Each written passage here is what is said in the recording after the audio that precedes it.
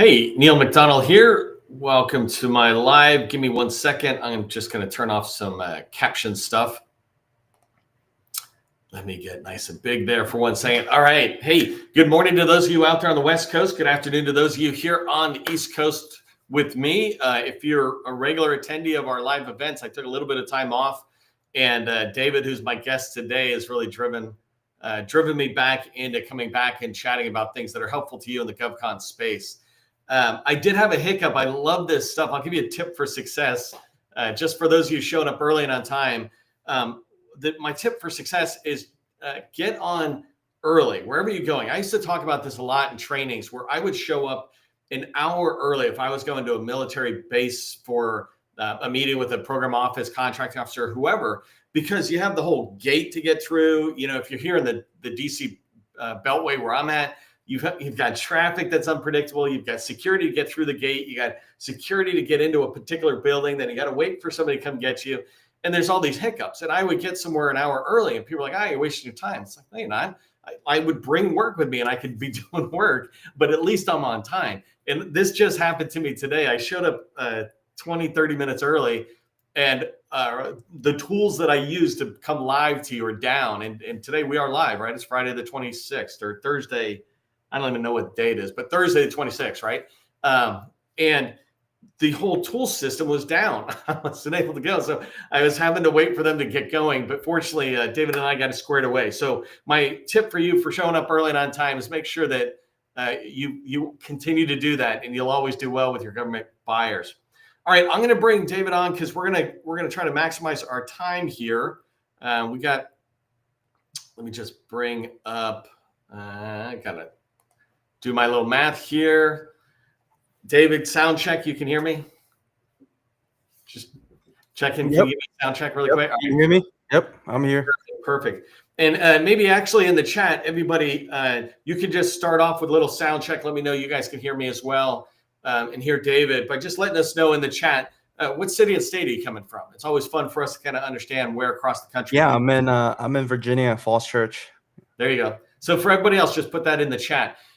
We've got almost 200 people registered for today's fireside chat.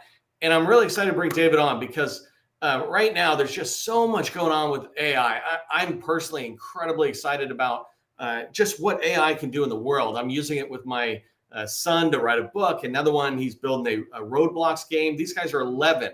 And I'm using AI, and I'm using AI as like a teacher. And I have teacher-parent conferences after the kids go to bed. I'm like, hey, ChatGPT, what did they learn today? How did you sit there and engage them or something?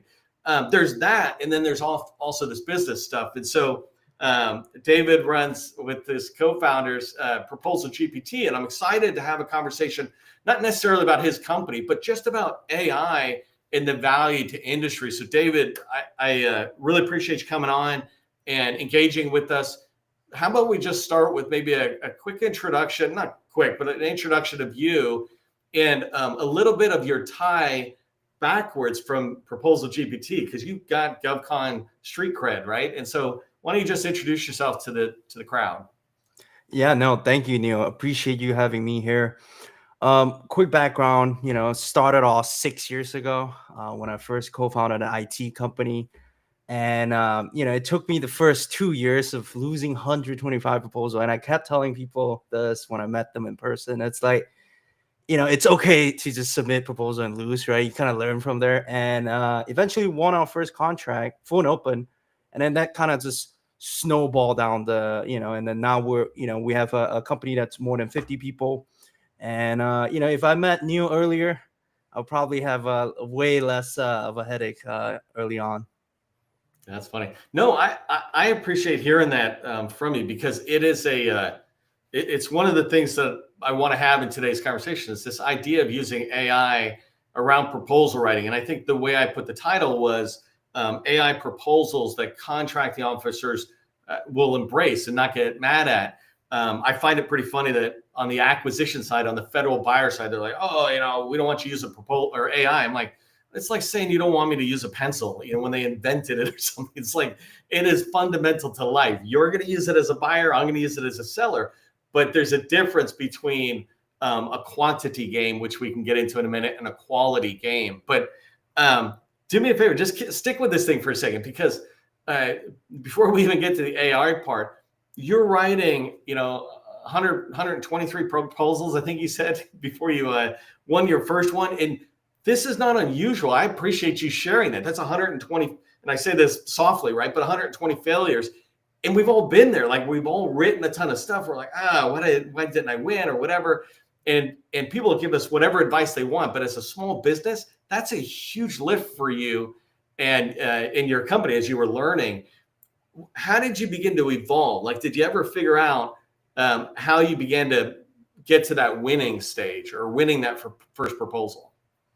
Yeah, no, that's a great question, right? Initially we don't have any connection. We don't even know. I was a college dropout, right? I started my startup, a dropout, and then it kind of led me to this path. And I don't know how to write a proposal. And it was through all that debriefing that we got from the government. It was from our teaming partners. It was from large SI that we partner with, and kind of learned, oh, okay, that's how you write proposals. And eventually we take all the good pieces from this company, from that company, from the feedback from the customer. And eventually we kind of know, oh, okay, that's the right way to write proposal. It took us a while, but eventually we figured it out. No, and I've been there, right? I can hear my own story in your story as you're going forward.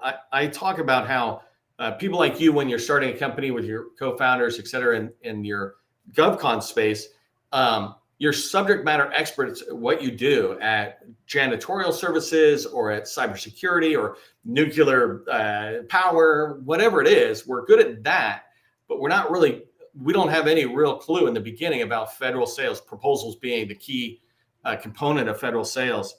So let's kind of move this over into AI, because for folks who maybe aren't aware, this is a 12 to 12:30 call. So we're in here, we're going live, and we're going to go fast.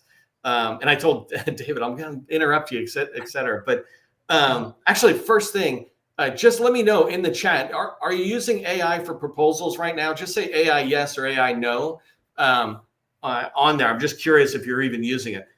But I wanted to ask your opinion, David, and I'm going to ask you to speak, not just for ProposalGPT, right, your company, but also just for the general industry that you're in, of this AI proposal writing tool set that's coming out. It's fantastic. We all like it. But, and so I'm going to put you on the spot occasionally for some of these questions, and you answer it how it fits best. But one of my first ones is, I have ChatGPT, and then there's these tools out there. How do I know the difference between, first off, the two, let's say at a high level, and then why I would just stay with ChatGPT, and why I would go with any company like yours that offers that service? No, Neil, that's a great question, right? So the AI behind ChatGPT is a very powerful tool, right? You can kind of think of it like a human intelligence, right? It's trained on billions and billions of data sets, and that's why it's so powerful, right? You can kind of think of it as like a combined human intelligence, right? But just like human brain, we're really only using about 4% of our potential.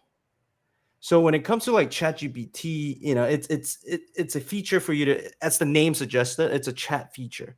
You kind of chat with it, you get like small things done here and there. But when it comes to your government proposal, you want an AI tool that is built for just that specific. That's interesting. So it's like a Google search or something, but only Google, or only searching just on the federal side of the market or something, and it understands the results. How do I begin to make that decision? Like, when I'm going out there and I'm looking at different tools, we've got people in here. I think one of the main reasons people are coming into this training today, or discussion today, is around, I want AI tools. I know I need to have it, and I need to start exploring it. What kind of what's one tip you would give us? And I might ask you for a couple, but what's a tip you would give us for evaluating different tools like ProposalGPT, or any others? Like, what should I be thinking about when I'm looking at a tool and deciding whether to start using it? Yeah, no, there are a lot of AI tools out there, right? In fact, every other month there's like a new one that pops out. So you really want to understand like where you're at as a company.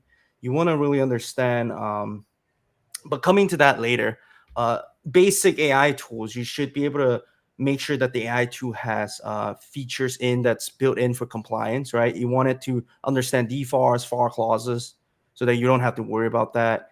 You want it to understand evaluation criteria, right? Your section L's, your section M's, all that stuff, so that once again it can reference back to those stuff when it's generating those proposal for you.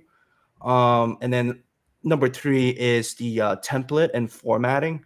Those are very, very crucial. Nobody likes formatting it, and you will get disqualified if you screwed up on your formatting. Been there, done that. Um, and then last but not least, you kind of want your AI tool to be able to work together. Sometimes you have teaming partners, sometimes you have subject matter experts that come on. So you really want a place where everybody can kind of work together at the same time, right? Your SME can work on solutioning, your technical writer can work on writing. So nobody's like wasting time and not doing anything. And we all know how difficult it is for proposal managers to coordinate and really set up meetings for everyone to join. And Neil, I forgot to mention this when you said ChatGPT. It's like I understand a lot of people use ChatGPT and they think, oh, that's the AI tool. That's all I need. Um, Fortunately or unfortunately, the tech scene is growing so quickly. If you're just relying on the simple, basic products out there, it's kind of like bringing a knife to a gun battle. No, that makes sense because even me, like I use ChatGPT a lot. I actually use it more for development, developing ideas that I have or something. But I try to do things like, hey, can you take my application idea and give it to some document or something? And I'm watching what it's doing, and I feel like I'm just having to babysit what's in there.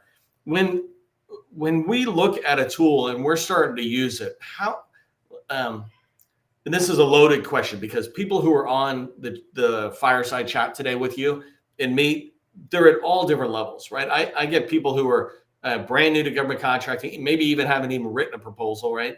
And then we've got people who are definitely very experienced, got 20 years of experience, and they're in this group with us. We got people who are trainers of government contractors, and so we're all at different levels. But when I look at a tool, an AI tool for proposal writing, what's a realistic expectation that I should have from the first time I walk up? Like I'm thinking I've been tracking or I've got this opportunity I really like, and I'm like, oh, hey, I want to respond, right? Can I drop it in and get a proposal out and send it to the government? Like, let's say that's the worst scenario, but the most clearly kind of understood expectation, which is probably not right. Um, what should I expect as a user of a good proposal tool?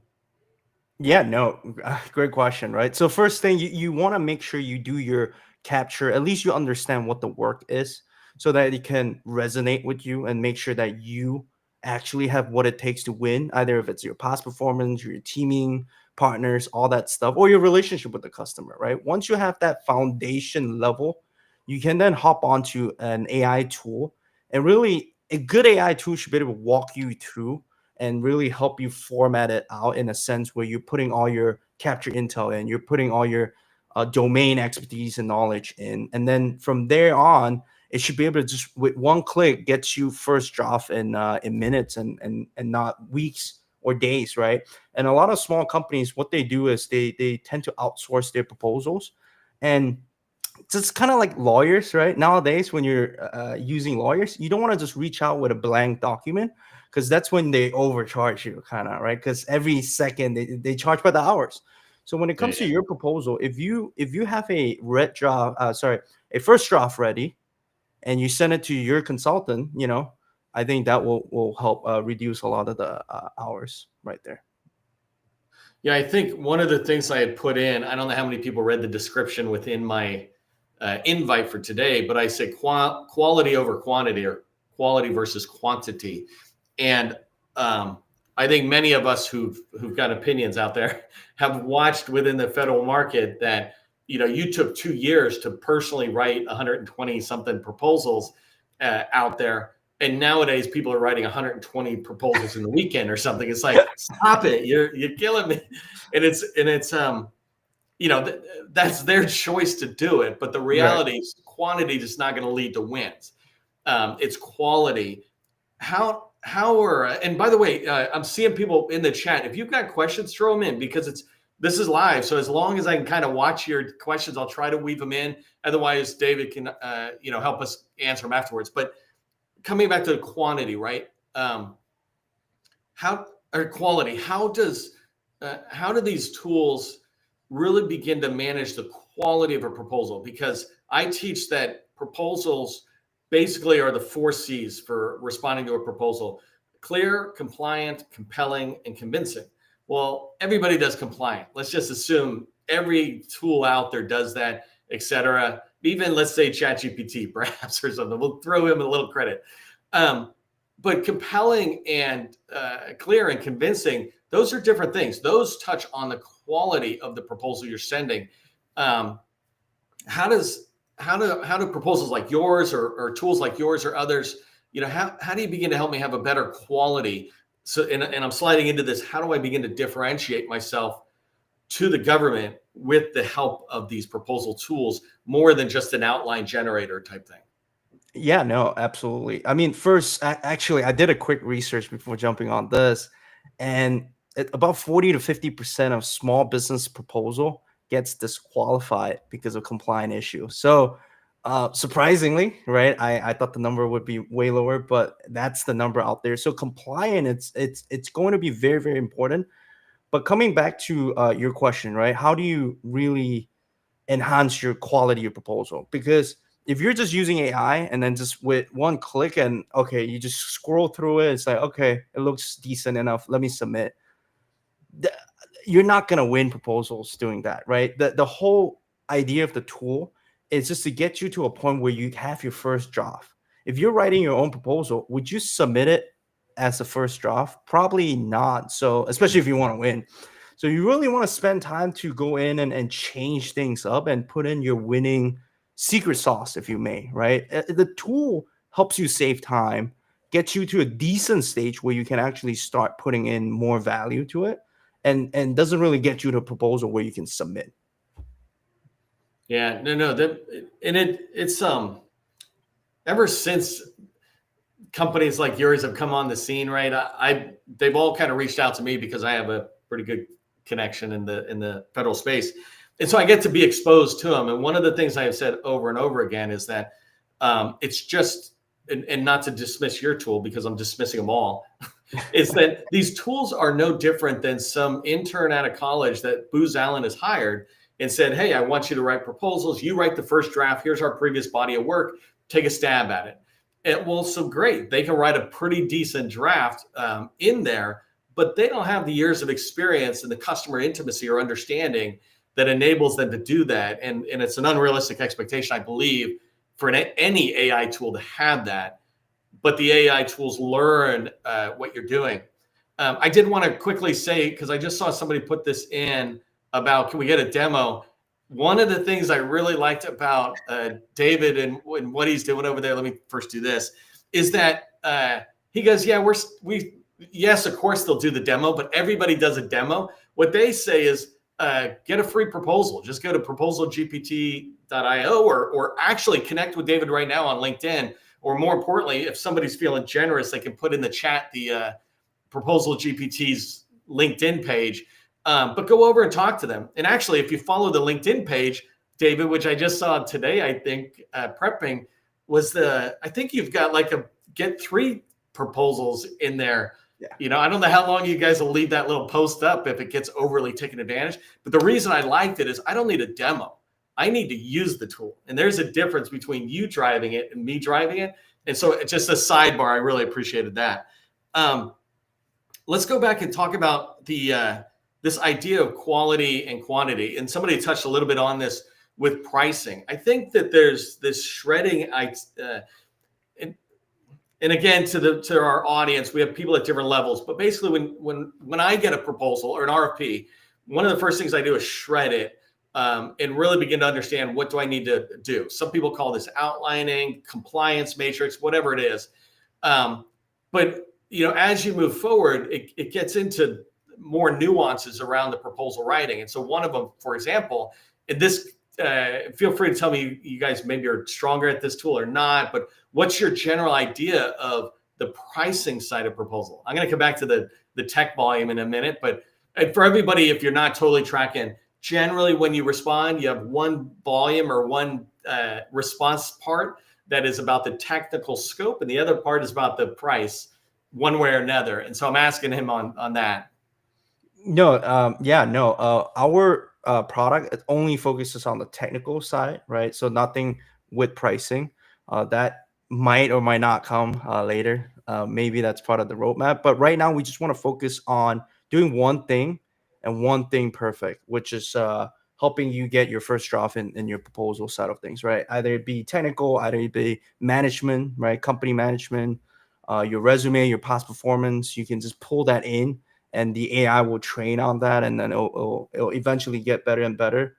Ultimately, referencing back to all your past work, right? Because a lot of times, like especially if you're in this industry for like more than 10 years, you have past performance that you don't even know about, and sometimes you can't even reference it because you don't remember. And then in the tool, right, you're able to just reference it and put it all together, and then the AI will just help you from there. Yeah, it's one of the I think big challenges I find when I work with customers. We're doing even just your visibility.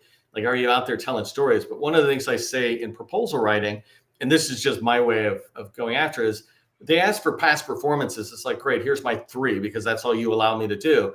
But I could have 20 past performances, and personally, I have just woven the stories through. And you're saying these tools can kind of do that same thing, which I really like. Let me push a little bit more, because part of the reason I wanted to have this conversation, it's great to be able to tell people about Proposal GPT, but basically I pulled you off the street and said, hey, here's our man on the street of where is AI and proposal going? And I really liked, again, the fact that you are a government contractor building the tool. Where do you see, like, so much happens with AI? It feels like weekly, right? There's something pretty spectacular coming around.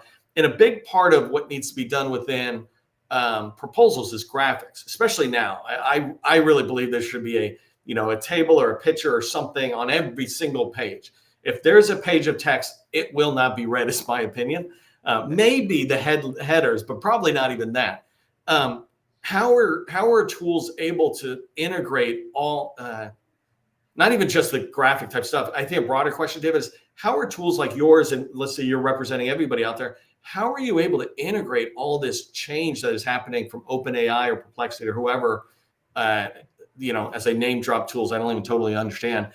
How are you integrating them into these proposal tools? So I don't have to be an expert at those, but I do know those capabilities are coming into tools like yours.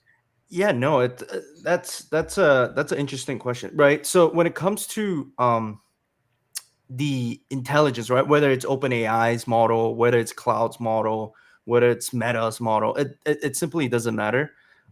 They're gonna spend billions and billions of dollars to train those data, and what we're gonna do is we're gonna pick the best data. In fact, we're not even gonna pick it. We're gonna pick the best. We're gonna let you choose, right? Let's say you like Cloud's model. Let's say you like Google's model. Doesn't matter. You get to choose because you're the user, and it's going to be drop down and you're going to pick the best. And every time they improve their solution, we're just going to take the intelligence model, and then on top of that, it's going to be our guardrails, our understanding of GovCon, my 6 years plus years and years of experience from people like Neo and the feedback from our customer. We're going to build that GovCon intelligence layer, if you may, on top of the AI intelligence, right? So that way you get the best of both worlds.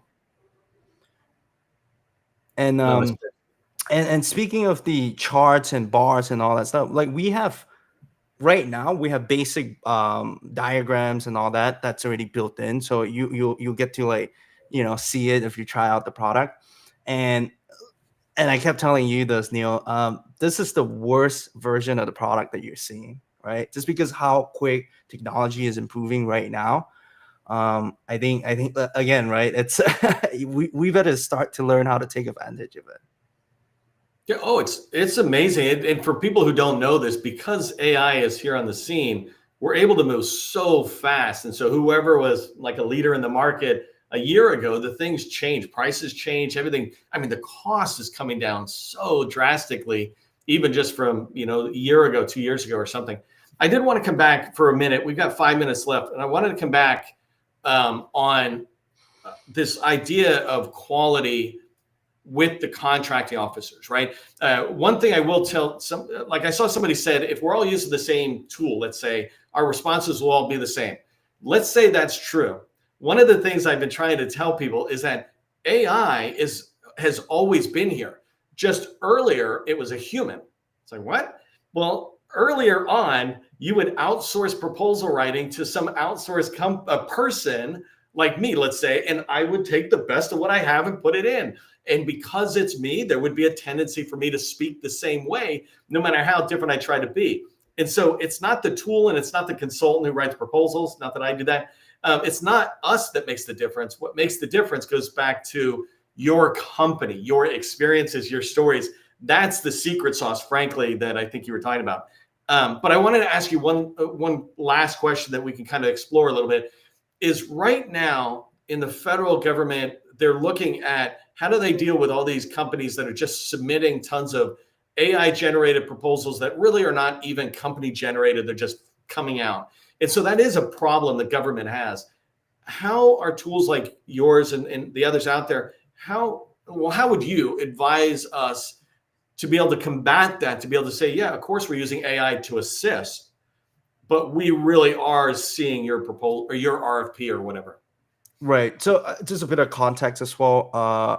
I actually have experience building on the other side, the government side of things, acquisition, modernization. So the government is actually using AI to help them with their automation, with basically managing the procurement side of things. So, but I'm not gonna talk too much about that side. From the industry perspective, right? I highly urge you to not spam proposals, because one, you're just gonna agitate the customer, right? Because you can tell when someone, just like on your LinkedIn, you can tell when someone just copy 100%. and paste from Chat GPT or whatever out there.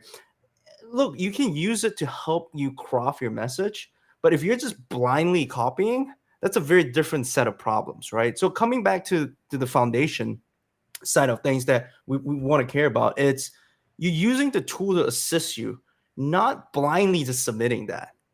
I don't know if that makes sense, Neil. No, it totally does. And it really comes into it's independent of AI, really. It's like, are you just taking junk and throwing it over the wall? Because, and by the way, the government does the same darn thing with an RFP where they cobble it together and throw it over the wall. So Yeah. it's not an industry only or small business only challenge. All of us in acquisition, we have this challenge. Do me a favor. If you're watching this right now and you're interested in more of this, tell me. Usually I only talk about the sales side, but if you want me to have more conversations with David or more conversations around proposals, around the AI in particular, in there, put that in the chat now. Like more proposals, just put more proposals in there, and I'll know that you mean more live sessions and fireside chats and training like this. One of the things I want to just say, because we're going to wrap up, and I want to ask one more question, but look at the bottom beneath my picture, you'll see proposalgpt.io. If you want to try out David's company, go check it out. I said, this is what I like. They actually say, just come in and try it. We won't demo it. Of course, they'll do a demo if you want it, but they'll let you really use the tool and get a proposal. That's something very helpful. And then somewhere in the chat, I think I saw Nate put in the LinkedIn page. If you want to do one thank you for David and me in here, then go ahead and put in or follow his page just as a way to say thank you.